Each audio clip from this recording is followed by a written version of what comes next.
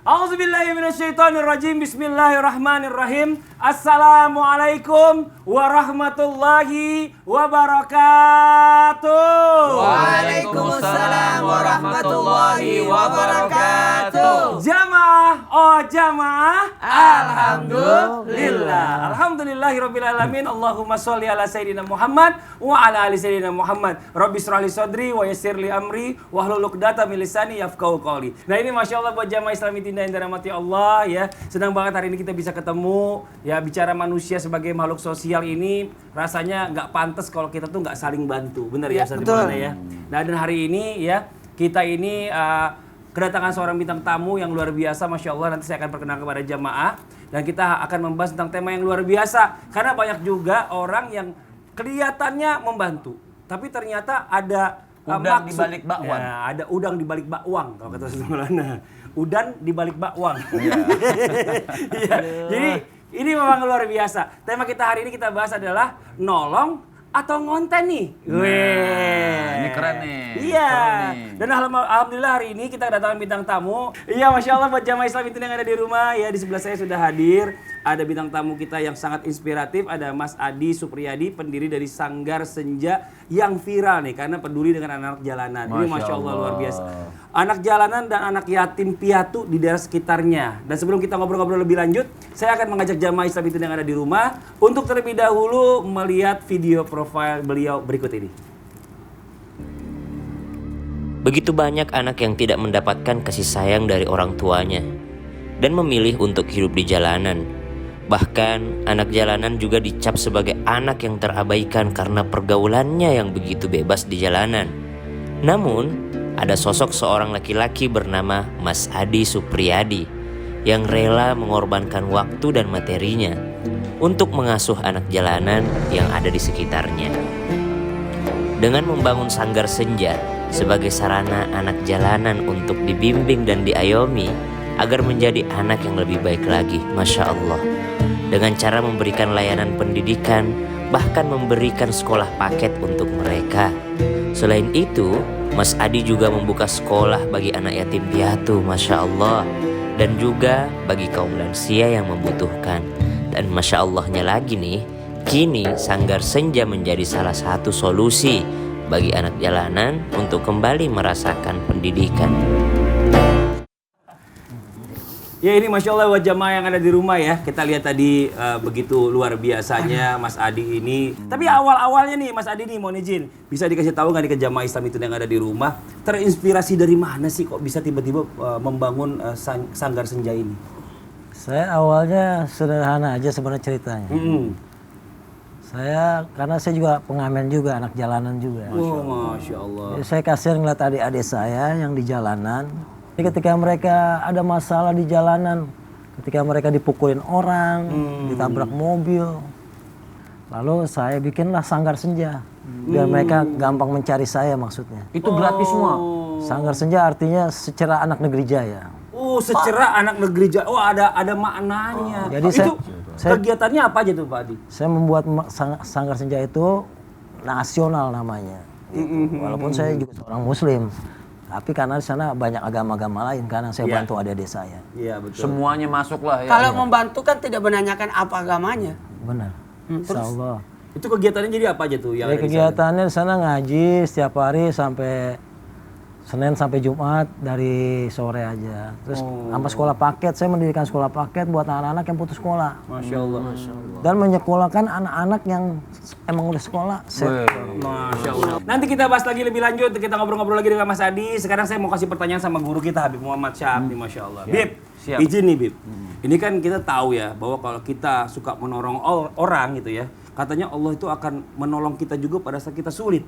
Betul. Tapi ada juga orang yang udah sering ngebantu orang lain ya, tapi pada saat dia kesusahan kok kayaknya nggak ada bantuan yang datang gitu dari Allah. Nah ini apa yang salah? Apakah mungkin dia cara membantu orangnya salah atau bagaimana Bib? Mohon izin menjelaskan. Tafadhol Bib. Izin Ustaz Syam, Ustaz Maulana, Mas Fadli, Pak Adi. Nanti ajarin saya ya. Ya, mantap. Siap. Bismillahirrahmanirrahim. Assalamualaikum warahmatullahi wabarakatuh. Waalaikumsalam warahmatullahi wabarakatuh. Alhamdulillah. Alhamdulillahi Rabbil Alamin. Wa sallallahu wa sallama ala abdihil Mustafal Amin. Sayyidina Muhammadin Nurillahil Mubin Al-Hadi ila siratihil mustaqim Dzil khuluqil azim wa nahjil gawim. Allahumma salli wa sallim wa barik alaihi wa ala alihi wa sahbihi wa man sara fi darbih amma ba'd. Tadi yang ditanyakan Mas Fadli tentang tolong menolong dan bagaimana artinya terkadang kita sudah menolong saudara kita, tapi kok pertolongan Allah ini tidak kunjung tiba. Betul. Nah, seperti itu. Artinya memang ada hadis daripada baginda Nabi besar Muhammad sallallahu alaihi wasallam. Artinya kan pertolongan ini banyak. Yang Nabi katakan man nafasa an mu'minin, artinya siapa orang yang meringankan beban orang mukmin. Fid dunya, di dunia ini, nafasallahu anhu kurbatan min kurabi yaumil qiyamah. Jadi pertolongan ini Mas Fadli nggak selamanya harus di dunia. Allah pasti tolong kita. Sama seperti orang nyumbang. Oh, ketika kita bersedekah, kok nggak kunjung juga tiba Allah balas sedekah kita dengan harta juga kan tidak. Tapi balasan Allah di akhirat itu pasti. Makanya tadi daripada hadis Ar-Rasul sallallahu alaihi wasallam mubaraka alaihi wa ala alihi, Nabi mengatakan siapa orang yang meringankan beban orang muslimin di dunia, maka Allah Subhanahu wa taala akan meringankan beban dia yaumil qiyamah. Berarti bukan di dunia, nanti di akhirat Allah Subhanahu wa taala. Adapun yang lain juga Allah Subhanahu wa taala pun mengatakan, artinya siapa orang waman yassara ya ala mu'sirin, siapa orang yang meringankan kesulitan saudaranya orang muslim, yassarallahu lahu fid dunya wal akhirah. Juga Allah Subhanahu wa taala dalam hadis yang mulia ini mengatakan Allah Subhanahu wa taala akan meringankan beban dia, memudahkan urusan dia fid dunya wal akhirah. Di dunia kita diringankan oleh Allah Subhanahu wa taala, di akhirat pun kita diringankan oleh Allah Subhanahu wa taala. Jadi yaumul jaza ini balasannya. Hadirin atau para pemirsa Islam itu indah dimanapun berada, jangan sampai bikin kita gagal faham dalam hadis. Artinya nolong saja. Pertama niatkan dulu, kita nolong ini apa? Nolong ini agar Allah nolong kita, apa nolong itu memang karena Allah Subhanahu wa taala. Masalahnya nih kita kurang lillahnya ketika kita melakukan sesuatu, yaitu tentunya melakukan suatu kebaikan. Apa sih pertama yang kita harapkan? Pertama yang kita harapkan lillah, karena Allahnya. Niat yang bagus, tidak mengharapkan apapun kecuali memang kita menolong orang tersebut karena Allah Subhanahu wa taala. Makanya dalam hadis tadi diteruskan oleh Rasul sallallahu alaihi wasallam, wallah fi aunil abdi maka nal abdu wallahu fi aunil abdi maka nal abdu fi auni akhi. Makanya hadis ini jelas nih. Artinya Allah itu senantiasa akan bersama itu hamba, akan menolong itu hamba selama itu hamba menolong sesama. Kan hadis Rasul mengatakan. Ini kita perlu paham ini. Allah Subhanahu wa taala itu senantiasa selalu menolong itu hamba selama hambanya menolong sesama. Nah, pertolongan ini kan bisa terjadi di dunia, juga bisa terjadi di akhirat. Masya Allah. Ini bagus banget ya, makasih banyak Habib atas penjelasannya. Saya mau tanya. Ya. Mas Fadli mau ditolong di dunia atau di akhirat? Saya mau dua-duanya. Kenapa harus satu kalau bisa dua-duanya? Saya mau nanya sama Ustadz, ada nggak nih? Ustadz pernah nonton nggak? Ada yang orang bikin konten gini. Coba berdiri dulu dong Ustadz ngomong. Coba berdiri ya. Bisa baca Quran? Bisa. Ini kan ini anak jalanan nih ceritanya nih. Bisa. Kamu ngaji ya? Surah Al-Mulk ya? Semua ya. Kalau hadiah oh bagus banget. Selamat buat kamu. Ya, dia bisa banget ya, pintar banget ya ternyata ya gitu segala macam. Nah, itu gimana Ustadz? Ini kan dia niatnya sedekah sebenarnya. Ya. Sedekah karena orang itu Maksudnya mau bersedekah tapi nguji-nguji. Nah, tapi ada konten-konten gitu juga. Terus atau mungkin mau dapat pujian juga, gimana Ustadz nih? Mohon izin penjelasannya. Dari mana kita tahu kalau kita tuh sedekah secara ikhlas atau itu karena memang ada embel-embel? Kalau Ustadz ditanya terus kapan ngejalanin ceramahnya? Ya saya dulu ya. Silakan Ustadz. Ya. Habib, sebelumnya saya mengucapkan terima kasih banyak. Ya, terima kasih kembali. Habib sudah menyelamatkan saya. Udah tinggal 3 menit itu. Terima kasih. Izin Habib. Sasam. Mas Adi, maaf ya, memang begini kelakuannya dia. Siap. Cara mengetahui dalam menolong ikhlas nggak atau tidak mengharap pujian nggak? Cara mengetahuinya ada 3. Wih. Mengetahuinya dengan cara 3 ini harus ikhlas. Yang mana disebut dengan ikhlas? Mau tahu siapa mau belajar silat ini kan Mas tadi lagi bingung. Ikhlas itu tidak mengharap balasan selain dari Allah. Amin. Murni, khalis, murni, tidak ada campurannya. Maka inilah harus yang pertama itu. Kemudian adalah ridha. Apa itu ridha? Menerima perlakuan. Mohon maaf ya, kalau kita memberi, kadangkala mohon maaf, astagfirullahaladzim, kadangkala tidak sesuai harapan. Ya kayaknya saya salah kasih deh. Sia-sia, ada sia-sia. Tidak usah. Tak usah pikirkan itu. Tak usah pikirkan. Pokoknya apapun yang kau terima dari reaksi orang yang kau beri, kayaknya dia tidak berterima kasih deh. Kita udah kasih. Cuek banget, ya Allah.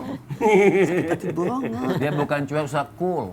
Nah, bilang terima kasih enggak Nggak, gitu. terima kasih. Langsung jalan aja. Ya, ambil Oh, ya aja. udah. Ini kita harus ridho. Penempatan ridho ini ketika kita memberi tapi tidak reaksi. Reaksi itu. Tapi tunggu dulu, astagfirullahaladzim. Ada yang ketiga, harus dibutuhkan kesabaran.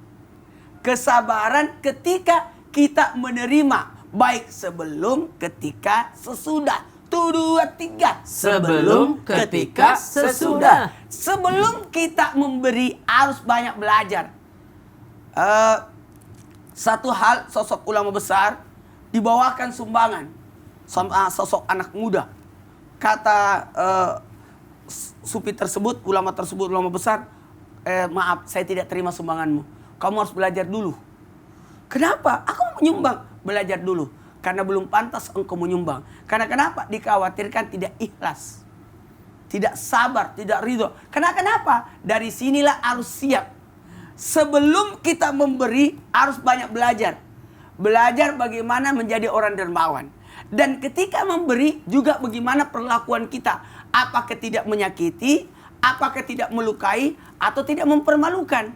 Dan yang ketiga, mohon maaf, kembali lagi, ketika engkau memberi, reaksi apapun yang terjadi, engkau harus bersabar. Baik itu dia berterima kasih maupun tidak berterima kasih. Masya Allah. Masya Allah. Makasih banyak Ustadz Maulana atas penjelasannya. Karena memang kita menghadapi orang ini macam-macam bentukannya.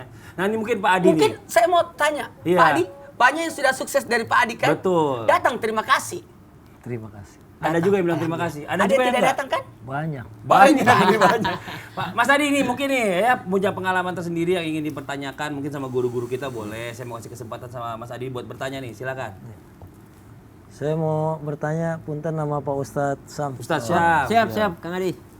Bagaimana menghadapi orang-orang yang seujun terhadap kita? Wah, benar. Bahkan orang yang kita bantu pun tetap seujun sama kita. Sikap Mungkin kita itu merasa dimanfaatkan ya Pak? Iya. ya, sikap seujunnya itu kita hadapinya dengan seperti apa? Oh, harusnya Ustadz Syah menghadapi orang-orang yang seuzon karena kadang orang berbuat baik aja masih disuuzon. Oh, jangan-jangan dia.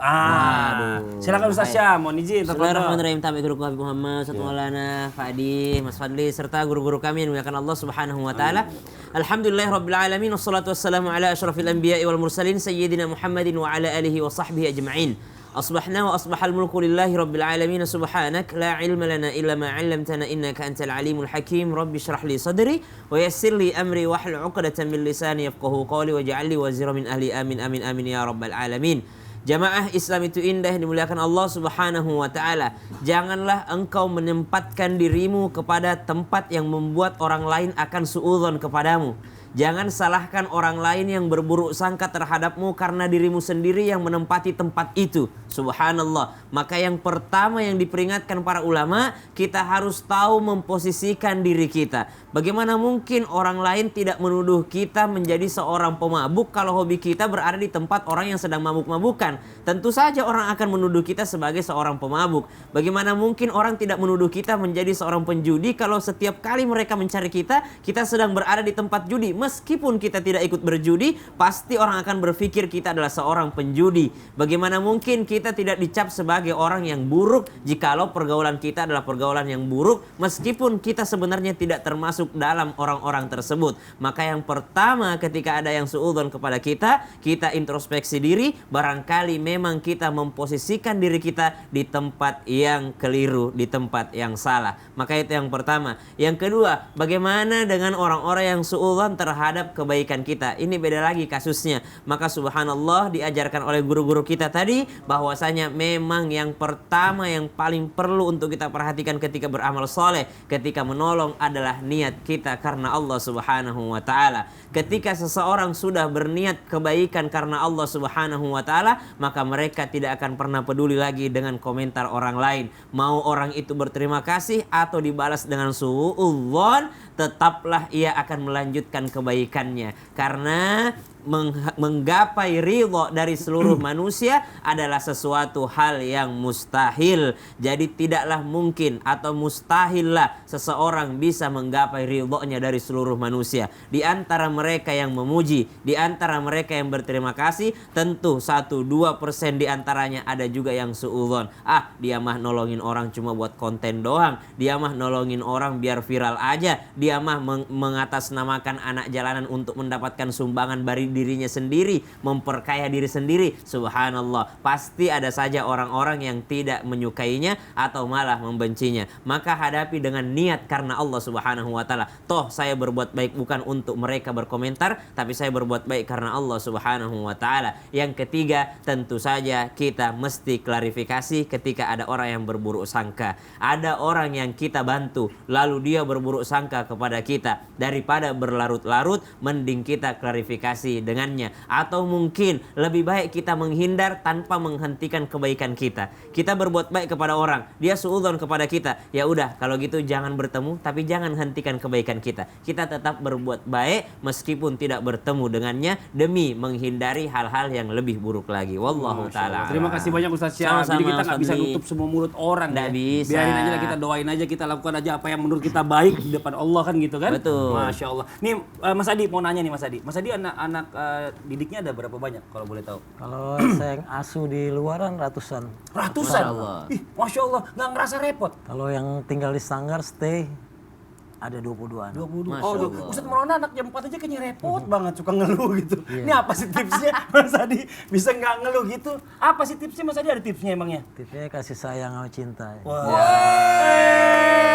Pasti lebih banyak lagi nih jamaah. Tapi sabar dulu ya. Kita lanjutkan tipsnya dari Mas Adi setelah yang satu ini, tetap di Islami Tidak. Jamaah, oh jamaah. Alhamdulillah. Ustadz Maulana anaknya 4, ngeluh mulu.